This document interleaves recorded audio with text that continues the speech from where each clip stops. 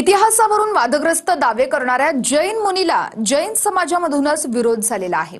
इतर अनेक जैन मुनींनी दावे खोडत हा सगळा मराठी आणि जैन लोकांमध्ये वाद लावण्याचा नवा डाव असल्याचा आरोप केलेला आहे। बघूया।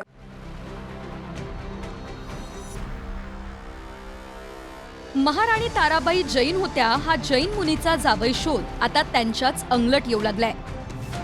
अनेक जैन मठांनीच या दाव्याचं खंडन करत थापा मारणाऱ्या पद्मसागर यांचा समाचार घेतलाय।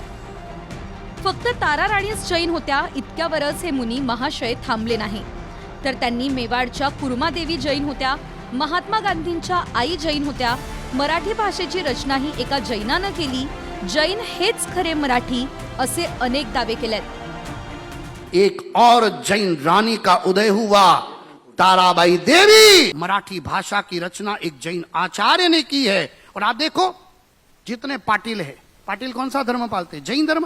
पूरे भारत में सच्चे मराठी यदि कोई है तो सारे के सारे जैन हैं। कुर्मा देवी मेवाड़ की वो रानी, और वो भी जैन परिवार की वो रानी। महात्मा गांधी जी को जैन गुरुओं से अहिंसा का संस्कार मिला, उनकी मां जैन थी। और वी शांताराम, सबसे पहले फिल्म निर्माण के अंदर वी शांताराम आए, एक जैन श्रावक।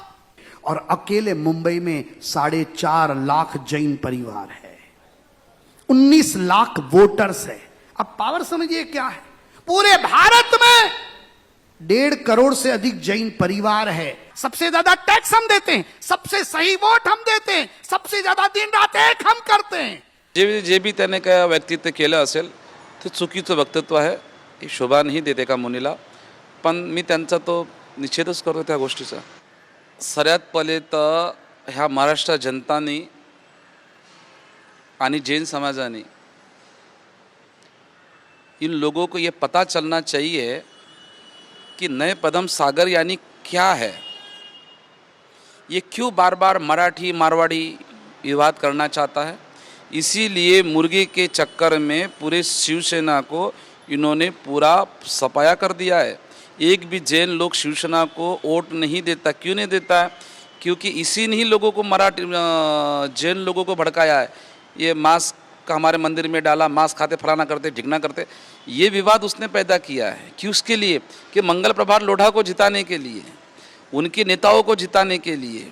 अभी किसी पार्टी का तो ले नहीं सकता हूँ, वहाँ पर देवेंद्र फडणवीस भी जाते हैं, बड़े बड़े बीजेपी के बड़े बड़े लीडर जाते हैं।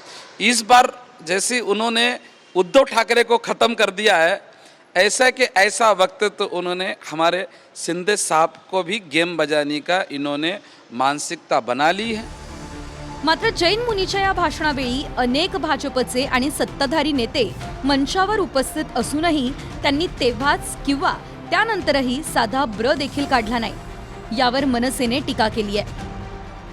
नाही, मला त्यांच्या वादविवादात्मक भाषेकडे वळायचं नाही, परंतु मराठी भाषेला अभिजात भाषेचा ज्यावेळी दर्जा मिळाला त्यावेळी 100% केंद्र शासनानं शिक्कामोर्तब केलं आहे की 750 वर्षापूर्वीची ज्ञानेश्वरांनी जी लिहिलेली ज्ञानेश्वरी आहे तो बेस पकडला, तुकारामांची गाथा हा बेस पकडला, छत्रपती शिवाजी महाराजांची, छत्रपती संभाजी महाराजांची मातृभाषा मराठी होती हा बेस पकडलाय। मला असं वाटतं केंद्र सरकारनंच त्यांना उत्तर दिलेलं आहे। तू संजय राऊत, तुम्हाला इतिहासावर बोलण्याचा अधिकार आहे का? ज्या छत्रपती शिवाजी महाराजांच्या वंशजाचे पुरावे तुम्ही मागितले होते त्या इतिहासाबद्दल नाकाने कांदे सोलण्याचा तुम्हाला अधिकार नाही। आधी छत्रपती शिवरायांच्या वंशजांचे पुरावे मागितल्याबद्दल जाहीरपणे माफी मागा, नाक घासून माफी मागा, आणि मग मराठा साम्राज्याच्या गौरवशाली इतिहासावर बोला। एरवी नाकाने कांदे सोलण्याचा प्रयत्न करू नका। कुठली तरी नावं स्वतःकडे घुसळावीत या दृष्टीने हे धंदे चाललेले आहेत। खरं तर हा निरर्थक वाद उगाच पेटवावा, आणि दुर्दैव मला असं वाटतं की आमचे मराठी माणसं तिथे उपस्थित असताना त्यांच्या तोंडातनं ब्र सुद्धा निघाला नाही, याचं जास्ती वाईट वाटतं। आणि किती मतांसाठी लाचारी करणार हाही प्रश्न इथे निर्माण होतो। Bureau report, TV9 Marathi.